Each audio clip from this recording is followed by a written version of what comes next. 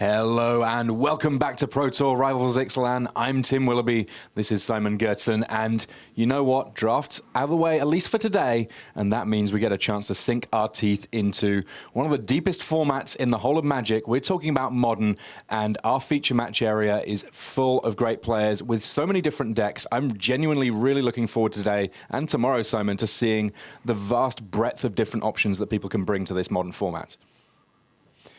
We have, in our feature match area, we've got two Hall of Famers that we're going to be kicking things off with, and they have both chosen to go right at the very control end of the spectrum. We're going to get a chance to see Paulo Vitor Damo da Rosa up against Raphaël Lévy, both playing control in our feature match area. Let's head and see round 4 here at Pro Tour Rivals of Ixalan.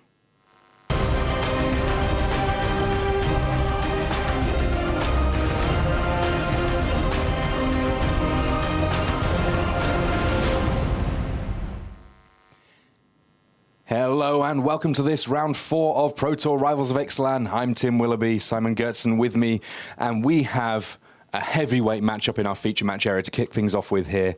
We have two players, both in the Hall of Fame, both bringing their own take on how control works in this Modern format.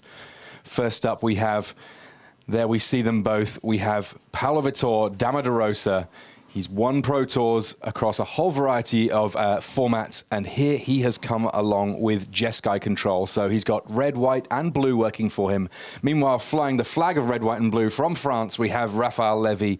He's just on straightforward blue-white control, and I'm really interested to see, Simon, how these two decks interact. I'm confident that this game is going to go long and that we're going to see a lot of turns, but the differences between these two decks almost as important as the similarities. Yes, of course they are very similar. In the end, Jeskai control is just blue-white control splashing red for removal spells.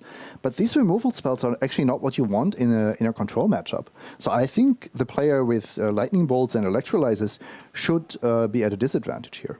Yeah, there's a few kind of key cards that we're going to see. Ancestral Vision is in Raphaël Lévy's deck, but is not available to Paulo Vitor Damo da Rosa. So in terms of pure card advantage, he may be a little ahead. Also, both of these decks leaning on Celestial Colonnade to get damage through, and while Raphaël Lévy has a full 4 copies of Field of Ruin, the same cannot be said for Paulo Vitor Damo da Rosa. It'll be interesting to see how these later turns play out, given these subtle differences. Yeah, and Raphaël Lévy can afford to play Spreading Seas in his 2-color deck, whereas usually the Jeskai control decks don't find space for that card. Spreading Seas, on the face of things, turning lands into islands against a blue deck doesn't sound that potent, but actually some of the multicolored lands are super powerful in this matchup. There we see the first spell of the game from Paulo Vitor Damo da Rosa, Search for Azcanta, coming down. That one will give him a lot of card selection and potentially even card advantage as we hit the mid and late game. Yeah, I think that Search for Azcanta is one of the absolute key cards for this matchup. It's one of the key cards for blue control decks in Modern. It might be the reason why blue control decks are popular in Modern right now. Ancestral Visions will give Lévy 3 cards if it's not countered, but the advantage of Search for Azcanta and later the backside actually is even greater than that. Yeah, Field of Ruin already in play for Raphaël Lévy, so he has the potential to deal with Azcanta as and when it transforms. But in the meantime, there'll still be that scrying from Paulo, and if he wants, he can just choose to not allow it to transform and continue to just get card selection rather than actual card advantage. Yeah. It's actually a May ability, so you can just continue to filter your draws. We can see there Lévy, a little bit of air in his hand here, plays a Vendilion Clique. We'll see whether or not he wants to target himself to improve his draws or see what Paulo's got going on here. And Electrolyze with the ability on the stack means that the 3/1 legendary creature getting killed off, drawing a card for Paulo, and now he reveals everything that's happening in there. Path to Exile in hand, probably not that useful against control, but Serum Visions, Snapcaster Mage, all these cards useful to know about. And I guess that Raphaël Lévy has the option here, if he's not too afraid of those cards, of leaving them all there rather than risking Paulo getting something better. That's true. On the other hand, you're not really scared of individual cards in this matchup. You know that things will go long and that it's going to be a grind. So a card like Snapcaster Mage is actually problematic in a sense, because it's just 2 cards, basically. And it looks like Raphaël Lévy elects to put that one on the bottom. So Paulo will get to draw a card to replace it. Especially in game 1, when you're playing a control, mirror, you know that both players have a lot of dead cards in their decks. So I think replacing a strong card with a random card is overall a strong play. Detention Sphere there, taking out the Search for Azcanta before it can do too much. Detention Sphere often thought about as mainly a way of dealing with creatures, but it can do with any non-land permanent, and there Raphaël Lévy keen to make sure that Search for Azcanta does not turn into a land at any point later on.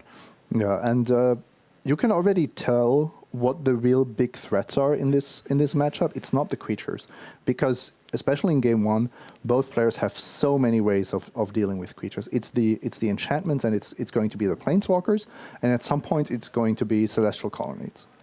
So this is the first real fight that we have with any counter magic going on. Ancestral Vision coming off Suspend, Cryptic Command in response from Paulo Vitor Damo da Rosa, and a Logic Knot from Raphaël Lévy, enough to make sure that his big card drawing spell resolves.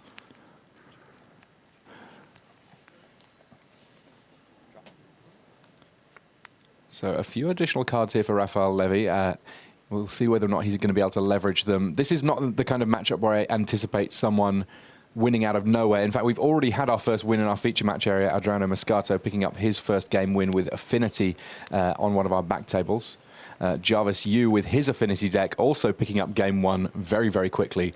That's not how I would characterize this matchup. We're going to be here for a little while, and it'll be a gradual eking out of advantage. Well, it's pretty obvious that this might be the slowest matchup in the feature match area. I don't know if anybody's playing Lantern Control, but here you can just see that things will be relatively slow.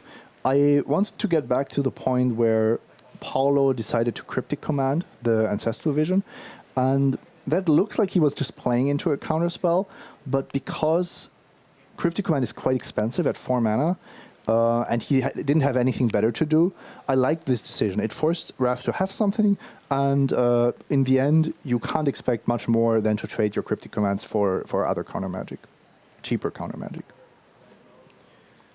Opt being drawn off the top there for Paulo Vitor Damo da Rosa. Another instant speed way of just filtering draws, improving card drawing, because ultimately this is a deck full of answers and you want to be drawing the right answers for the situation. And there are so many decks in Modern that are so specialized that it means that on occasion you do find yourself with the wrong answers in hand at any given moment. Another copy of Spreading Seas in hand for Raphaël Lévy alongside these Fields of Ruin. I think that we're likely to see at some point here a bit of a battle over lands in play, which makes a lot of sense when you think about Control. Often what they're looking to do on their own turns is play a land, pass the turn, and wait to see what the other opponent's got going on. With this second Spreading Seas, we may see Paulo Vitor still cut off white mana. My read here is, Tim, that Paulo really wanted to be good against aggro decks, which, with what we know about the metagame, is a really good call. But running into Raphaël Lévy, a Hall of Famer on blue-white Control, it's one of the worst matchups that he can be facing because of the difficulties of using a card like Lightning Helix profitably. So that was a Lightning Helix in response to Spreading Seas in order to be able to use that white mana while it was still available. This like, I guess that doesn't work. Sure, yeah. So I've seen my first card. I'm probably gonna fetch, so I don't know why. Judge call here, I think, with the related to the Spreading Seas trigger. And I drew, but I was not supposed to draw. Okay, but I've seen the card. Like I was. But at the same time, when like when you play the card, yeah. You went to draw your card, right? That's what I wanted, and then he said white, and I don't remember exactly. No, he played this, Yes. and then he was going to draw his card, and I tapped, and I said Oh yeah, white. okay. So actually, Yes. my And then he said trigger attack might stab. actually still be there. So I helixed him. So I was about to draw. He said white. I said, oh okay, well. Basically, he stopped my draw step by saying like I take a white. Mm-hmm. Then I kind of waited for him to do something with white. Okay. So yeah, sure. So, Just a little complexity there about the exact timings of floating mana in response to Spreading Seas, and obviously you don't draw the card with Spreading Seas until the Spreading Seas itself resolves. okay, so I didn't see you doing the motion to draw when that happened, so I don't think you missed the trigger. Okay. So my ruling would be that you get to draw the card. But he You said can- attack. I understand, but he went to draw the card right away, and then he stopped because you said white. But then once I said white, he said attack. I understand that. I don't believe he missed the trigger. You can appeal that. I saw him moving the hand to grab the card, and then he stopped when you said white. Yes. So and he then didn't miss stopped. the trigger. He was going to draw the card so right the away. trigger was still in the stack. That's what He was says. doing he doesn't have to say trigger as long as he's doing the physical action, and he went to draw the card. But then he went to combat before drawing the card. I understand that after that happened, he decided attack instead of just drawing the card. But from the start, when he played the card, he basically said, "I'm going to draw the card by going to draw it." Okay, that's fine. All right, so play resuming here. Raphaël Lévy drawing his card from Spreading Seas. Looks like there was just a communication issue there that we just needed to get cleared up. Drew a Ruined Halo. This is kind of an interesting one in this matchup because I guess that there are lots of ways of getting one-for-one trades on cards here, but Ruined Halo can name a card and then every copy of it in Paulo Vitor Damo da Rosa's deck will be neutralized. Yeah, and the biggest threat in the deck is probably still Celestial Colonnoid, even though you have so many answers to it, because you are not really so concerned about Snapcaster Mage beating you down, and I can't really see naming something like Lightning Helix. That just wouldn't make any sense to me. Yeah, and Raphaël Lévy on 15 life. It's going to take a lot of burn spells to take him even close to being killed off that way. It is a path to victory, though. If you draw these burn spells anyway, you do have to do something with them, and especially 3-damage burn spells are not particularly good at dealing with Celestial Colonnades. So that's just five more burn spells, and of course I'm counting Snapcaster flashbacks to potentially win the game.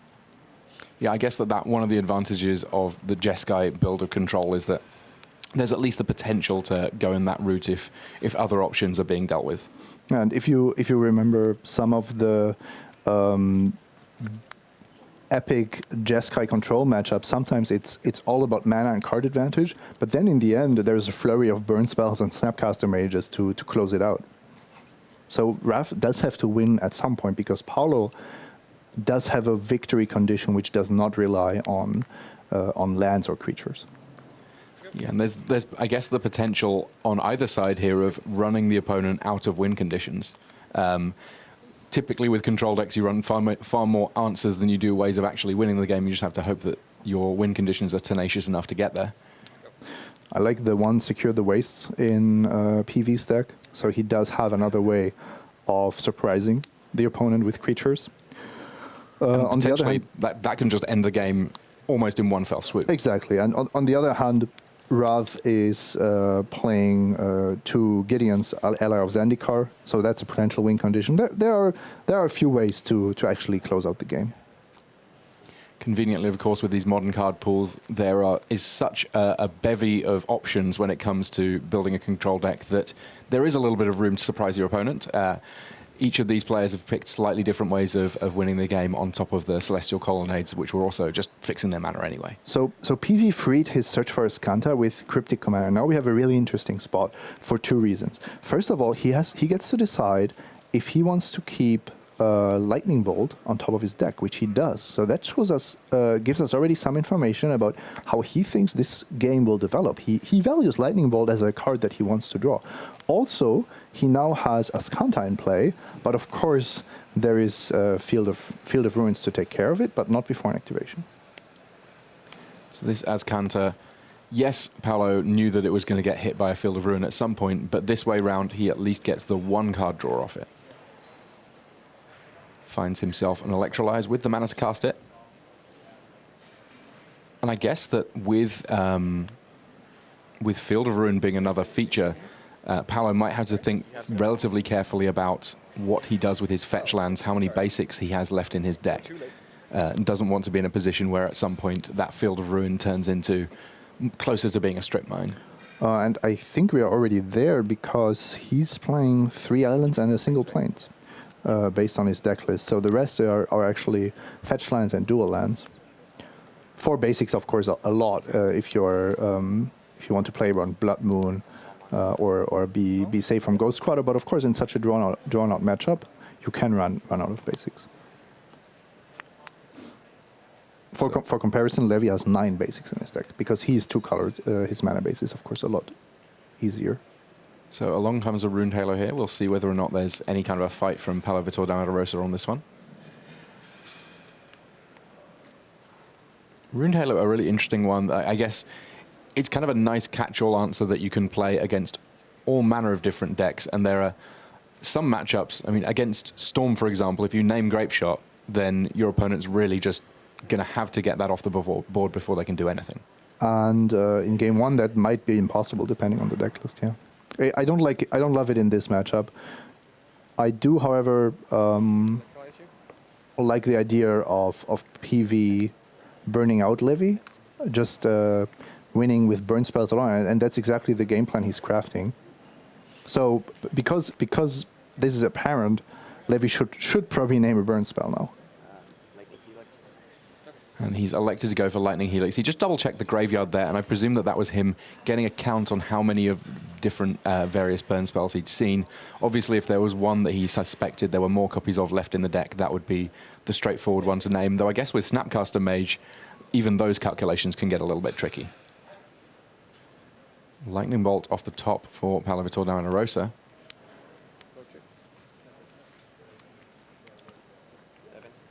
Immediately, Raphaël Lévy's life total going down to single digits there.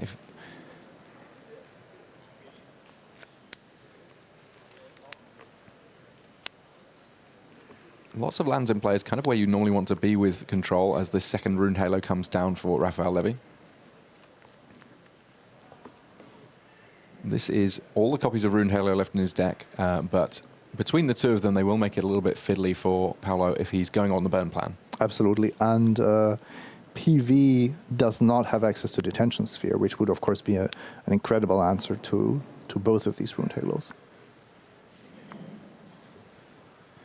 So, if we're now in a position where, and as it appears to be, a lot of the burn options from Paulo Vitor Damo da Rosa's deck are being locked out by Runed Halos, does that mean that PV has to completely switch plans, or is there potentially merit in playing a super long game looking to get Cryptic Command bouncing at least one of those Runed Halos?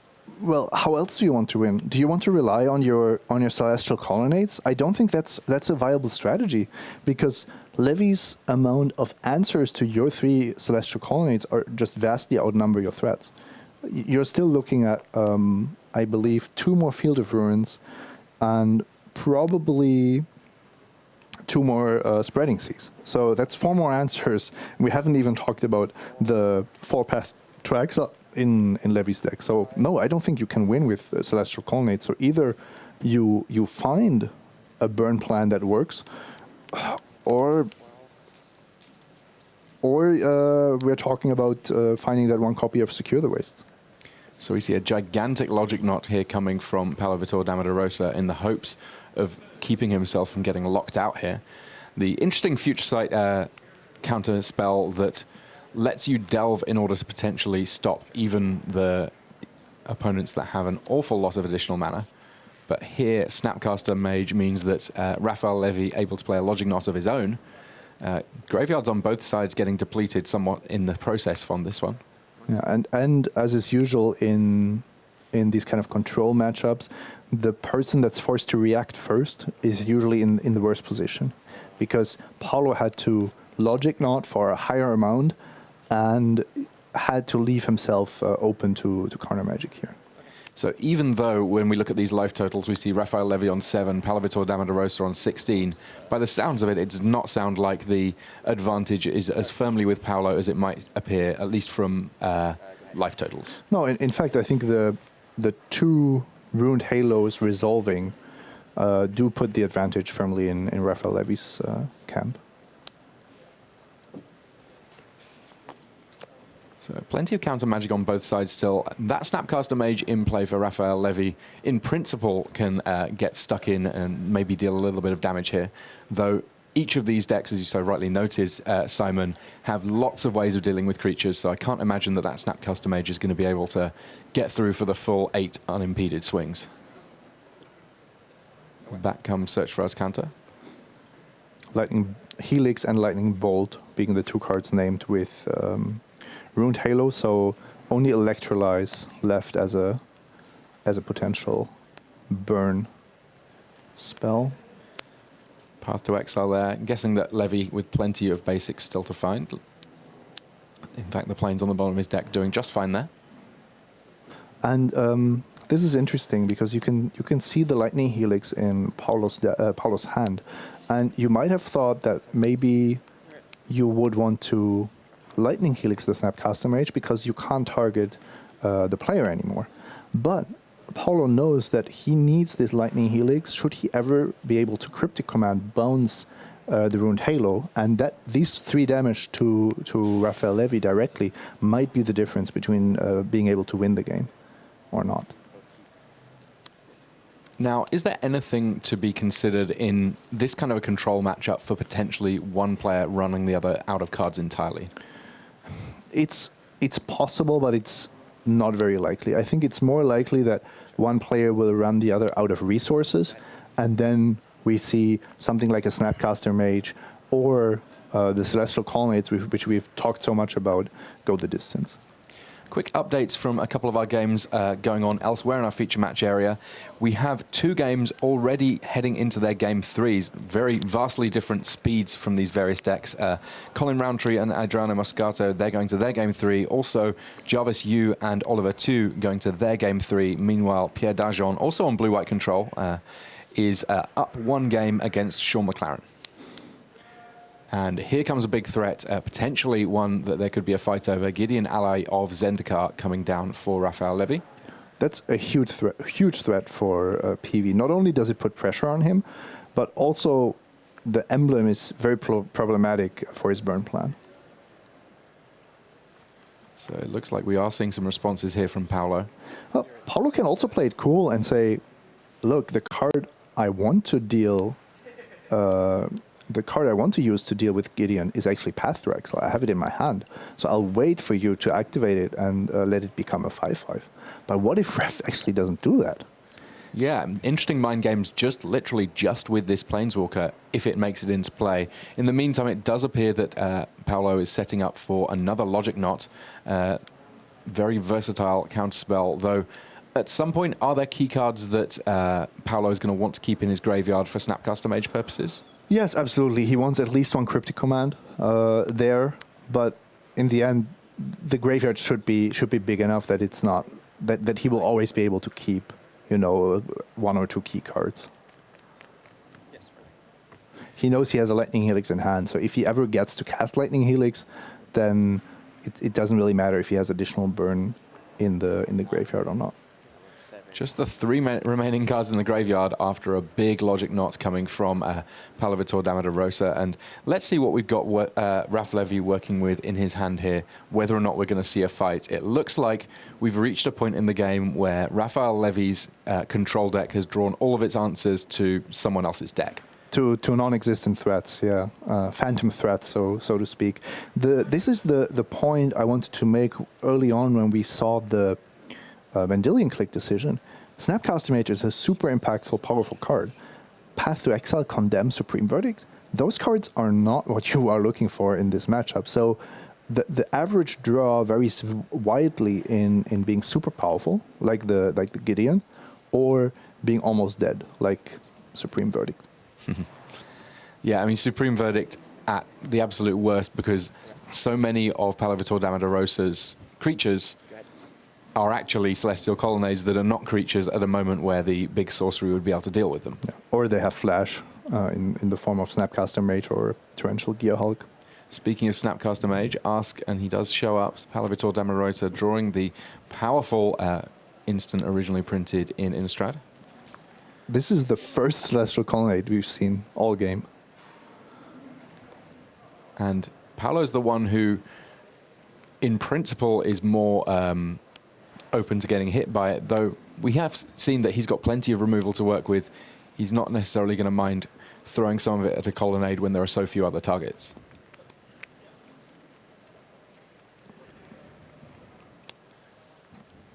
And Lévy carefully figuring out which lands to tap.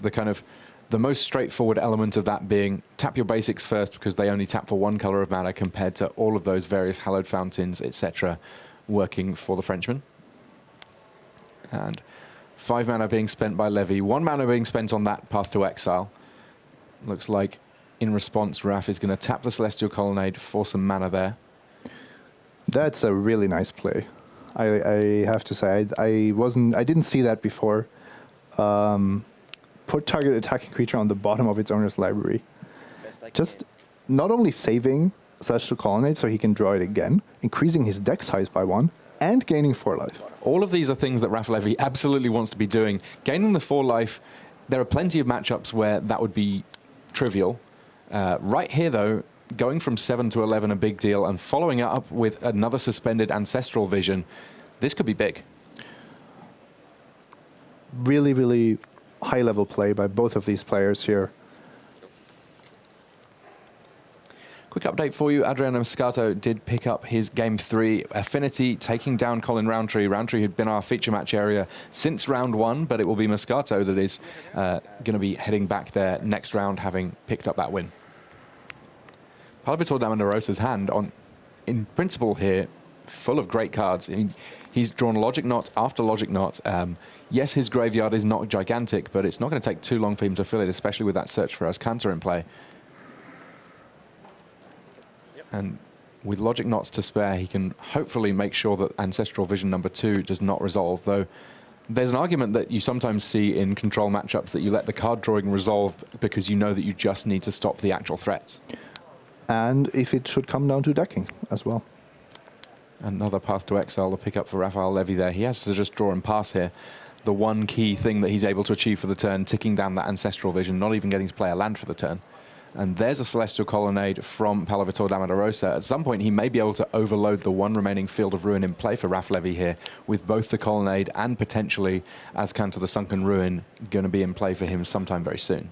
Yes, but the thing is, you can deal with Celestial Colonnade not only with Field of Ruin, but also with Path to Exile if you have to. So Raphaël Lévy is holding 3 of those, I believe, so that's a pretty easy card to cast. Snapcaster Mage coming down here. This enough to have Raphaël Lévy checking out his opponent's graveyard. The first time we are counting decks. I mean, this is a classic control mirror right now. When you start thinking about where you are positioned in terms of decking, that's when you know that you've had a good old game. You got through every piece of the buffalo on this one, and with Ancestral Vision a turn off coming off suspend, it may be that Raphaël Lévy has made that count a little bit too late. Well, he still has a choice who to target. Oh, this is interesting. Target player draws 3 cards. Don't expect it to happen, but it is a line. Both of these players will have a very good idea of what each other's deck is capable of regarding win conditions. So Snapcaster Mage does get countered. Raphaël Lévy picking up a copy of Serum Visions in the process. Counter and draw. In this matchup, I think the most likely combination of modes that we might see, though there is certainly potential in the returning permanent to owner's hand, and that's certainly something that Paulo Vitor Damo da Rosa especially may have on his mind, considering the number of troublesome enchantments in play from Raphaël Lévy. And another score update for you. It's been a good day in the feature match area thus far for Affinity. Jarvis Yu picking up his win 2-1 over Oliver 2. Both the Affinity players in our feature match area able to put things away in this first round of Modern here at Pro Tour Rivals of Ixalan. Okay, the first Colonnade has been dealt with, Path to Exile. The second one came down for PV. He's playing 3 Celestial Colonnades only, so that's something to look out for. And Raphael did, in fact, target himself to draw some more cards. Wrath of God, just like Supreme Verdict, not the best card. Yeah, Lévy, in spite of having 6 cards in hand, which by default is kind of where the control player wants to be, lots of cards in hand, lots of lands in play, the amount of game-relevant cards in his hand is somewhat lower than that full 6. Meanwhile, Paulo Vitor Damo da Rosa sat back on counter magic in a nice position to stop any of the key threats going on, and even with a Path to Exile there, so that if Celestial Colonnade does come down from Raphaël Lévy, he will have something to say about it. Serum Visions here. So Raphaël Lévy getting a chance to, having drawn a card, have a look at the top cards of his deck. And ultimately, at some point, he may want to do some shuffling, given that he did put a Celestial Colonnade on the bottom of his own library with that Condemn. Oh, absolutely. I mean, he has Flooded Strand just lying around. Maybe he doesn't want to reduce the size of his library. That might be a real concern. Although you could just fail to find if that's actually something you worry about. So you get the shuffle, but you do not remove a card from your deck. It's a very narrow line of play, but it may prove relevant. The 1 point of life to activate the Flooded Strand at this point, with Lévy on 11, doesn't seem quite so much a concern. No, it isn't, and that's all because of this beautiful Condemn play that just did so many things at once. You'll notice the time left on this round. This is still game 1, and we're approaching 20 minutes left on the round.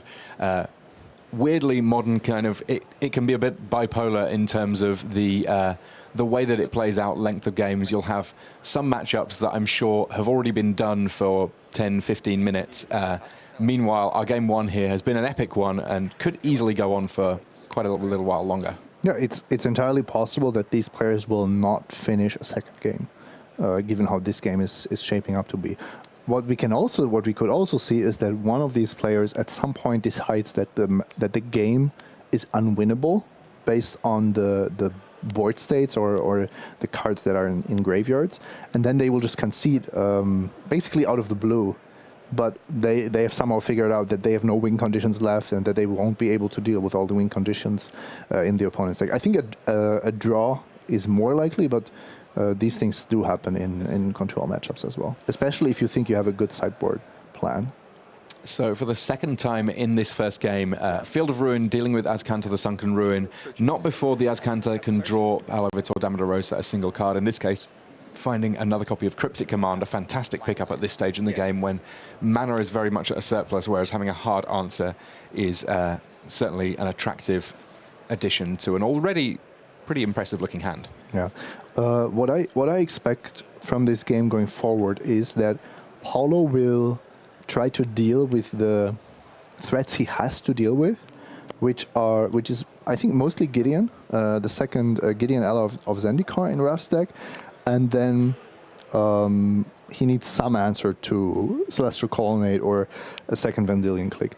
But once he manages that, and preferably, of course, with cards like Path to Exile, then we will see a final turn, maybe just before decking actually, where PV will try to bounce one of the Halos, protect his Cryptic Command with more counter magic, and then try to go for a lethal combination of, for example, Lightning Bolt and Snapcaster Mage.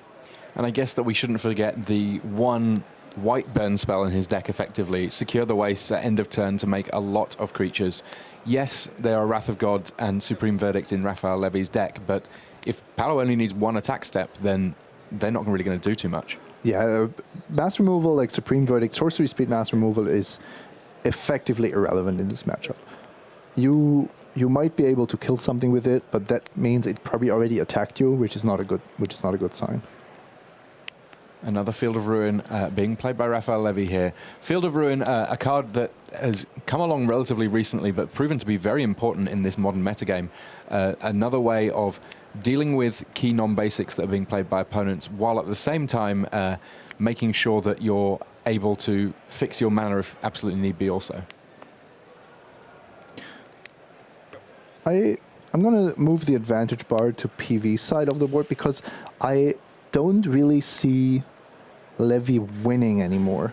And that doesn't mean that PV is favored to win either, but I think he at least has a proactive game plan that that has a chance to get there. I don't see Raph collecting enough disruption and counter magic to ride something like a colonnade to victory. 11?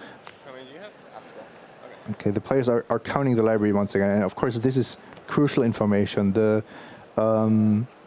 player with less cards in their library is going to be forced to act or lose, and actually that's where the advantage bar should be. It should just be anti-proportional to the library size of both players. Now, Torrential Gearhulk has been brought up on our card viewer, and there's a very good reason for that, because it's just been the card picked up by Paulo Vitor Damo da Rosa in hand. Now, if Snapcaster Mage is good in Modern, then one must imagine that Torrential Gearhulk also a very potent threat. When you've got the likes of Cryptic Command in the graveyard already, it represents both something that can beat down fairly substantially and a way of getting a little bit more counter magic going on. Quick match update for you. This is now our last match going in the feature match area. It's still in game one. Pierre Dageon, with his blue-white control deck, able to win it 2-0 against his opponent, Sean McLaren. The French seem to like this blue-white control plan. I know that Raphaël Lévy and Dageon, firm friends, they've been World Magic Cup teammates together, and they potentially have worked together on putting together this deck list. Counter draw. Okay. Lévy is counter drawing with Cryptic Command, which probably means that either he has no chance of winning the library race, or he's actually ahead and would not lose by decking before Paulo does. Yeah, you can see some relatively slim decks at this point. Not too many cards left for either one of these players. It's always one of those things that when I asked the question earlier on about how likely it is to go to decking, it sounds ridiculous at that point in the game to be thinking about it, but I've seen it happen in Pro Tours before. It was something that we've seen Shota Yasuoka sitting down against a control player, and in the back of his mind, that's his primary win condition from surprisingly early in the game. So now we actually have a bit of action here. Paulo knows that he doesn't have infinite time, and he wants to cast his spells when he has the most mana available. And that means from now on going for, let's say, one threat per turn. And that threat can just be Cryptic Command bouncing a Ruined Halo. Of course, it can also be Secure the Waste, which Raph might not even expect. Yeah, that one's certainly not a universal inclusion in any of these control decks, though if it is able to resolve, a very, very potent one given the number of lands in play at the moment for the Brazilian superstar. So here comes another Cryptic Command.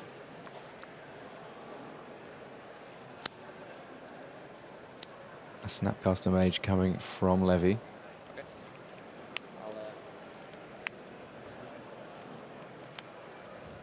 Paulo ultimately unimpressed by the Snapcaster Mage itself, happy to let that one resolve. He's more concerned with whatever it is the Snapcaster Mage allows to be flashed back from the graveyard here. And we may have dual encrypted commands going on here. Plenty of mana available to both of these players, so we could potentially see a flurry of spells this turn. Yeah. No, like he removed the last one. This is the last one. Is a stamp one. Sorry? It has been destroyed or removed from the list. I mean, I assume I don't This know. was destroyed with Field of Ruin, but did you exile it to Logic? No, the logic that I was. have no idea. It's like the judge is just trying to clear up something from a relatively complicated game that's gone on for quite a while here. In the meantime, I'll counter and bounce this guy. You can see there that Raph Lévy, he knew that he wanted to play the counter side of his Cryptic Command, had to think a little bit about whether or not he really wanted to draw yet another card, ultimately instead electing to bounce his Snapcaster Mage. And we're going to see still more responses from Paulo Vitor Damo da Rosa here. But now we are we at the end of turn of PV? So a Path to Exile does get rid of Snapcaster Mage.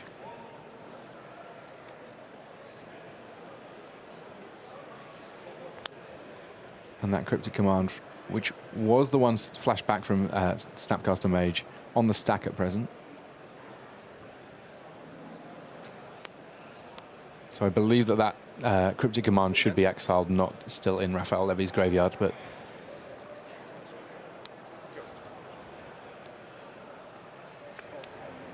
Another ancestral vision to pick up there from Raphaël Lévy, and this, at this point, could be one of his paths to victory as he is looking to find a way of getting the right side of the clock in terms of players running out of cards. Absolutely, and now Paulo definitely has less than 10 cards left, so time is running out for him, but he has found his trump card in Secure the Waste, and the big question is, how is Raf going to be able to deal with that over and over again? And I think PV has done a tremendous job of running Raf out of counter magic. He's just putting so much pressure on him, pretending that he can burn him out. Casting Cryptic Command, bouncing Runed Halo is not a winning play, but it's a scary play because you don't know if you might be just dead if that resolves. Yeah, Raphaël Lévy on 11 life here has to have a little think about what he wants to do with Torrential Gearhulk coming down. The Gearhulk for 6 mana, a big monster that also brings a spell from the graveyard. And Raf actually has been too scared to play aggressively with Celestial Colonnade. This is, I think, the key thing in this game. If you are not ready, not willing to invest these 5 mana during your turn, then Celestial Colonnade becomes kind of worthless because, well, they never attack. So here we have Cryptic Command in response to Torrential Gearhulk.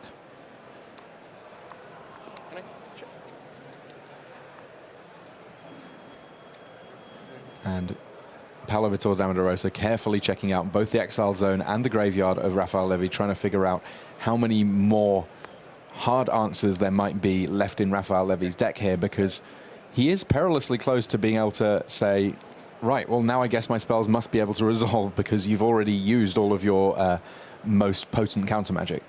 Exactly, and Lévy actually has less counter magic than PV. PV has 4 Cryptic Commands, but also the 4 full Logic Knots. So that's a bit more than 3 Cryptics, a Logic Knot, and a Negate. Very careful accounting of exactly what's in play here from Paulo Vitor Damo da Rosa. His mind must be absolutely whirring at this point to try and figure out what the remaining cards are, both in Raphaël Lévy's hand and indeed in his deck, that may shake him off being able to win this game 1 here. And essentially winning game 1 at this point is winning the match, because I honestly can't see either of these decks able to put together a win in the less than 10 minutes remaining in this round. Absolutely not.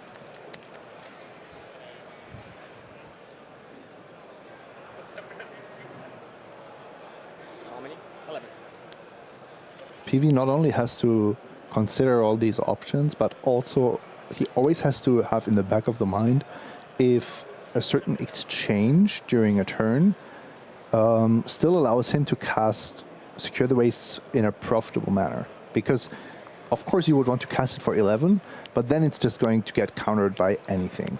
So what you really want to do is you want to cast it and have Logic Knot mana available, but I don't think that PV can do that and still threaten lethal with a single spell.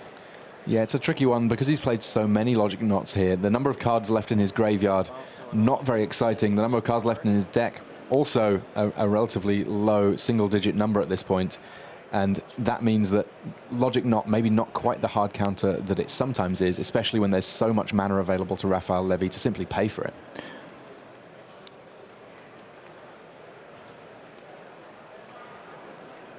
Now, activating Field of Ruin here for Raphaël Lévy, one thing that it will do for him over and above simply dealing with another land from Paulo Vitor Damo da Rosa, it'll let him have a look through the rest of his deck and help piece together a final game plan for the dying stages of this game.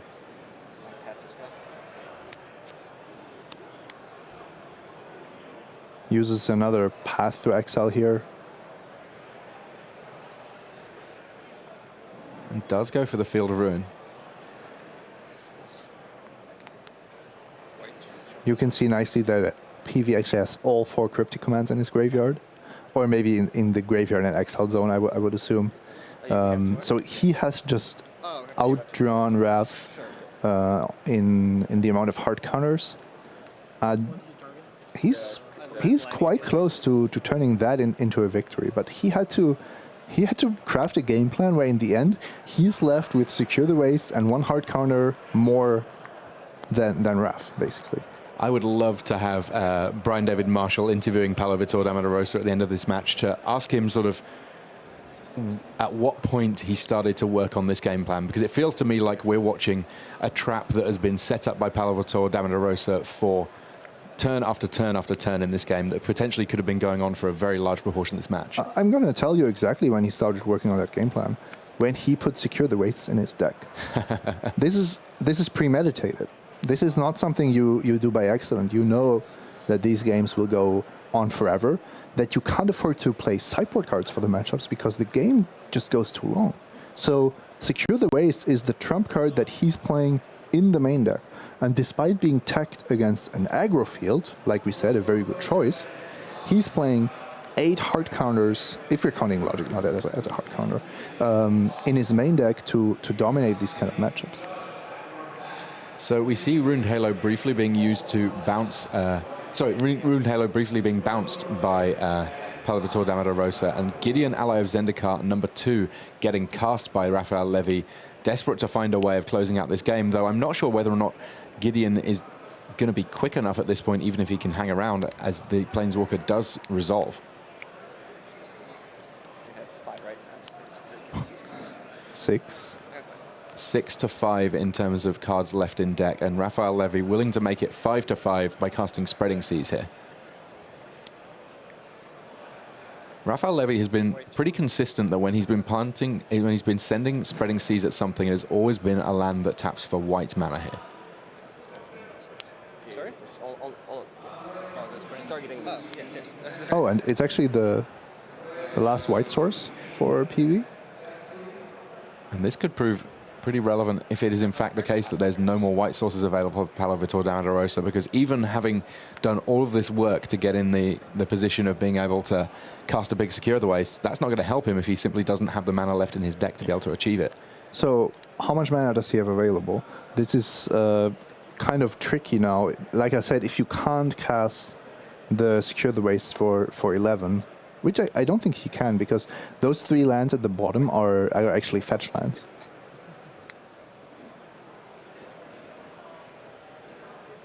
Four, 7, 8, 9, 10. I see X equals 10 without counter backup. So Lightning Helix going to Raphaël Lévy's head here. There might, of course, be another white source in his deck that he just didn't fetch out to have protection from exactly this scenario. How many cards? We have 4. How many layers deep has Paulo Vitor Damo da Rosa gone on this plan? Ancestral Vision on suspend may be the deciding factor when it finally comes off the suspend. Whether or not it resolves or not could end this game pretty decisively. Yeah, I only count 3. I only count those 4 untapped white sources that are all below a Spreading Seas, or actually above a Spreading Seas. So PV has to either find a Colonnade that he gets to untap with, or he needs to bounce one of his lands, or, well, I guess bouncing a land is better than bouncing a Spreading Seas. Yeah, this is a strange turn of events here, that Paulo Vitor Damo da Rosa, in spite of having put together a very intricate and sort of well-poised line of play, may find himself a little bit messed up just in terms of mana here. Well, I think what we will see is just Snapcaster, Flashback Cryptic, and target one of my white lands. But that, of course, then PV is probably regretting letting that Gideon resolve. So Ruined Halo coming back down. Raph Lévy, he can briefly have a little think about whether or not he wants to name something other than Lightning Helix. Now that white is not so much of a concern, it may be that he has some other option that he wants to go with. Yeah, and if you're wondering, I believe that you have to name a card. You might be even required to name a modern card, but ultimately you won't be able to name something like a warrior token. Yeah. So even if you knew about Secure the Wastes, it wouldn't be a legal choice with Ruined Halo. Now, there you see he actually names Lightning Bolt with the second Ruined Halo as along with the first, basically saying Lightning Bolt is the spell that you can actually cast. rather than setting up a situation where a cryptic command could potentially leave him open to being hit with a lightning bolt, Raphaël Lévy simply playing a second Rune Halo on the same card just to give him a little bit of insurance there. Yeah, I'm not so sure if I like that, because if PV is not going to find a white source, I think you're winning anyway. What a tight game. It comes down to the final cards, basically. Yeah, 4 cards, I believe, left in Paulo Vitor Damo da Rosa's deck, 5 for Raphaël Lévy, and just 5 minutes left on the clock as well. This has been a gargantuan game 1 here. 2 giants of the game, both playing control, and I mean, there's been things going on for the entirety of this game, and I think that one of the challenges for maybe some of you guys watching at home is that on the face of things, there's been lots of positioning, but not a whole lot of killing anyone, and that's certainly unusual for a lot of Magic formats. What is the target? I'm bouncing, spreading seas, and tapping his creatures.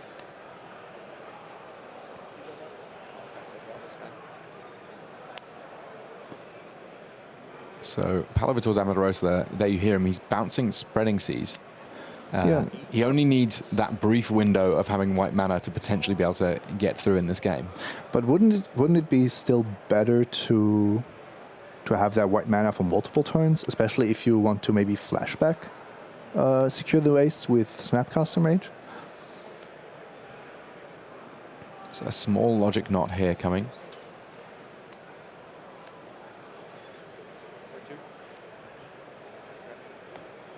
Small logic knot, all that's needed, because somehow or other Raphaël Lévy has found himself tapped out here. And Paulo Vitor Damo da Rosa, he's found a way of untapping with white mana here. Just a couple of cards left in his deck after drawing for the turn. I believe that his pickup there was a largely redundant lightning bolt on the other side of the table. Yeah, you can take out a 2/2 Knight if you want. Levy's at 6. 6, a very achievable amount of damage to deal here. Meanwhile, the amount of damage that Raphaël Lévy would have to do, 15, seems far less realistic than simply running his opponent out of cards at this point. Especially with the Ancestral Visions. That's just the goal of Lévy to stay alive until Ancestral Visions hits. Now, looking at Raphaël Lévy's hand, he's just drawn Vendilion Click, which is potentially a way of him sniffing out what's going on here from Paulo Vitor Damo da Rosa. And that's huge, because if PV is forced to cast the Secure the Waste in response to Vendilion Click, then suddenly Supreme Verdict is live. And of course, if Vendilion Click resolves, it does put the card that it takes on the bottom of your opponent's deck, or the player who owns its deck, and that means that that's the one place where it's just never going to have any impact in terms of winning this game. But that's why PV is keeping fetch lands around. He Interesting. will be able to at least increase his chances in drawing Secure the Waste, his trump card.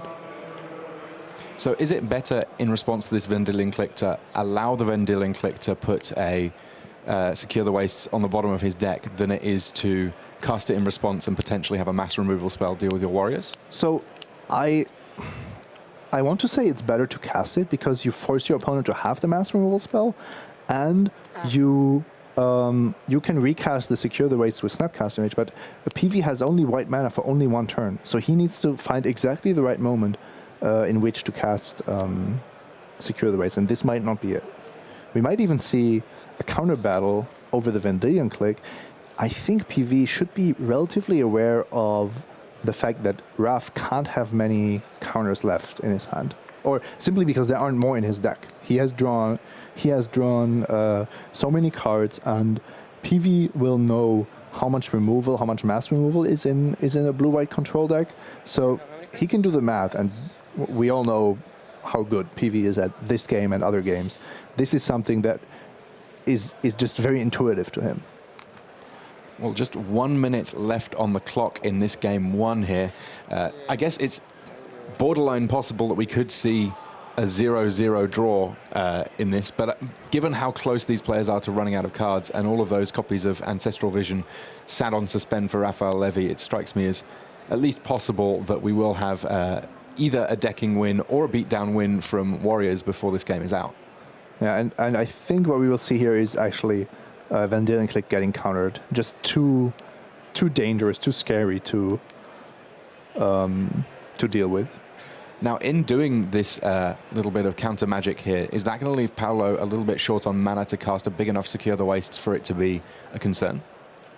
Well, he doesn't have. Well, this is the point. He doesn't have to cast it this turn, but then he might be looking at the problem of not having white mana once again. So many moving parts in this matchup. Really a test of both of these Hall of Famers. But if he had bounced a Plains rather than bouncing Spreading Seas, I think he would be in a much better position. So we are now on turn 0 of 5. Time has been called in this game 1 between Raphaël Lévy and Paulo Vitor Damo da Rosa. Two heavyweights slugging it out, going all the way through the regular time, and now in extra time, effectively just playing out a total of 5 turns after this one to figure out the conclusion of this match. Yeah, what a way to start the Modern portion. I said it before, Control is viable in Modern. Yeah. And clearly both of these players think so. Also Pierre Dargent, he was in our feature match area. He was playing blue-white control. We didn't get a chance to look in because we've had no live look-ins. We've been with this game from the get-go. Dargent picking up a win against Sean McLaren, who in the past, of course, has had great success with Jeskai Control himself. Not playing Jeskai Control in this tournament, but I'm sure there's the opportunity that we may see a little bit more of Sean at some point later in the competition. Yeah, and PV is actually struggling to find a logic knot that's big enough to successfully counter Vendilion Click. So what might be happening here is that he plays it, makes the logic knot just large enough so that Lévy will not be able to pay it and Supreme Verdict in the same turn. However, PV has also used quite a lot of his mana this turn. That targets this, right? What's going on? Sorry. Yeah, I targeted this and then cast this for 9. And you have no cards in your graveyard. No cards in the graveyard. 0 cards in the graveyard. Raph is confirming. So this is a logic knot for 9 here. We can see a huge amount of lands in play for Raphaël Lévy. So he's got some choices to make here. He's got 9 lands neatly together, but that does only leave 3 remaining lands. So you're absolutely on the money here, Simon. If he does choose to just simply pay for this logic knot, there will not be the opportunity to cast Supreme Verdict this turn. And most likely he also doesn't have lands left in his deck, but he might have a Slash Colony, but I don't think he has fetchable lands left in his deck. Yeah, this is one of the few circumstances where he would be happy to lower the amount of cards in his deck simply to be able to make sure that his key spell is able to resolve.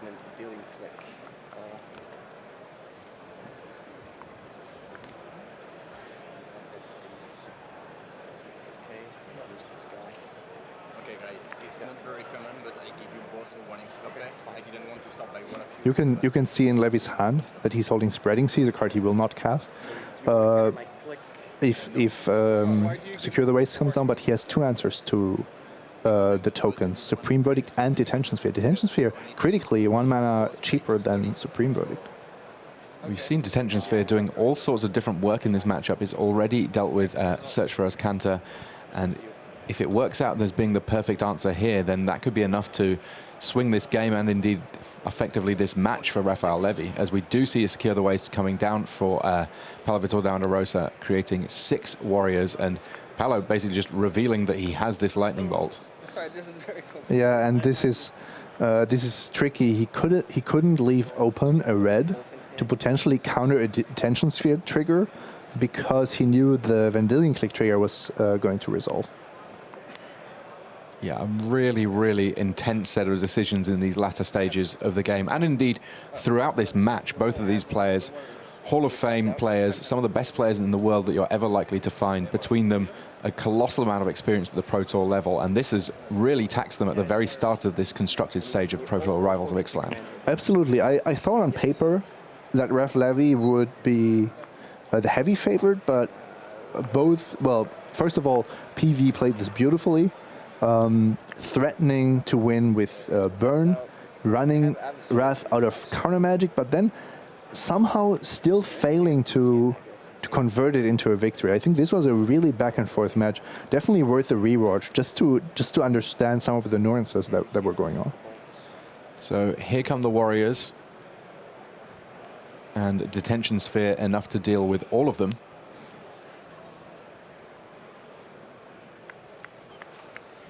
And now we're in a position where those copies of Ancestral Vision still on suspend seem to be the most obvious path to victory here for Raphaël Lévy. PV still has a white source, so if he can find another Snapcaster Mage, there is a theoretical chance of casting Secure the Wastes before you're getting decked by Ancestral Vision. Go ahead. I don't know if he can draw another one, though. Lightning Helix the pickup there. So he has Lightning Bolt, which is something that Raphaël Lévy is doubly protected against thanks to those 2 Rune Halo. He does have a Lightning Helix. Raphaël Lévy on 6 life at present. And Lévy is not protected from Lightning Helix. That's what I found quite baffling when he didn't choose Lightning Helix with the second time the Ruined Halo came down. Definitely going to feel the sting if that decision comes back to haunt him here. So what he needs to realize now is that he kind of needs the Spreading Seas on the white source, just to be absolutely safe. Now, of course, the reason that he's even concerned about casting it is both these players very, very low on cards in deck. If Raphaël Lévy casts Spreading Seas, that means that he is losing a card, and actually a Serum Vision's happening first here, essentially meaning that Raphaël Lévy able to order all of the remaining cards in his deck. And I guess that at this point, this is him saying, I have to resolve this Ancestral Vision in order to be able to win the game. Yeah, but this I don't understand. Why do you cast Serum Visions instead of Spreading Seas when we're considering that drawing a card is actually a cost? It's actually a high price to pay.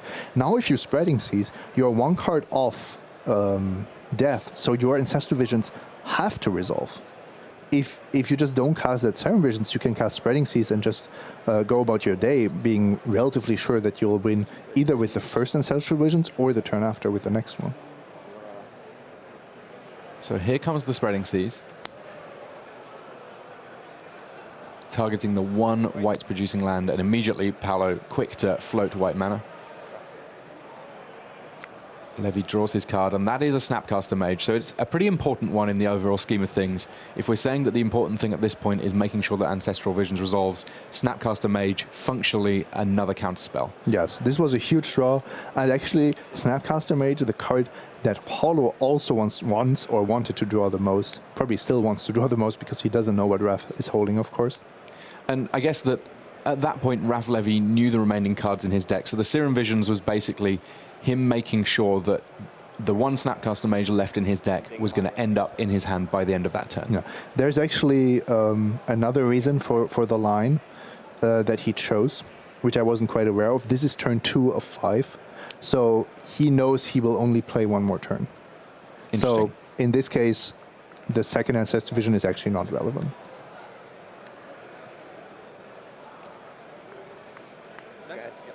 So attacks here, leaving Paulo Vitor Damo on 5. And here comes Ancestral Vision, targeting Paulo, and there's the handshake. What an epic game. You can hear rounds of applause because there's a big crowd around our feature match area checking out what's been going on in this round.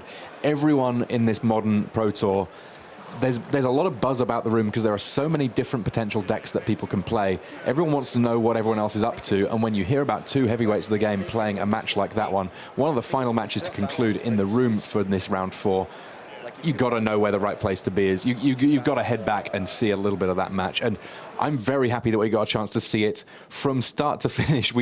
Bizarrely, it's not very often that we have a literal 1-game feature match round, but if you had to pick a game, that was a fantastic one to pick.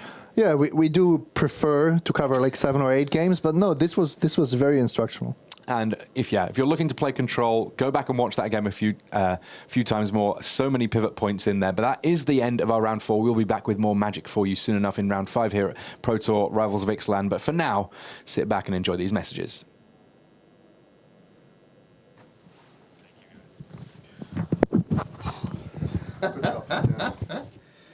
That was a funny old match.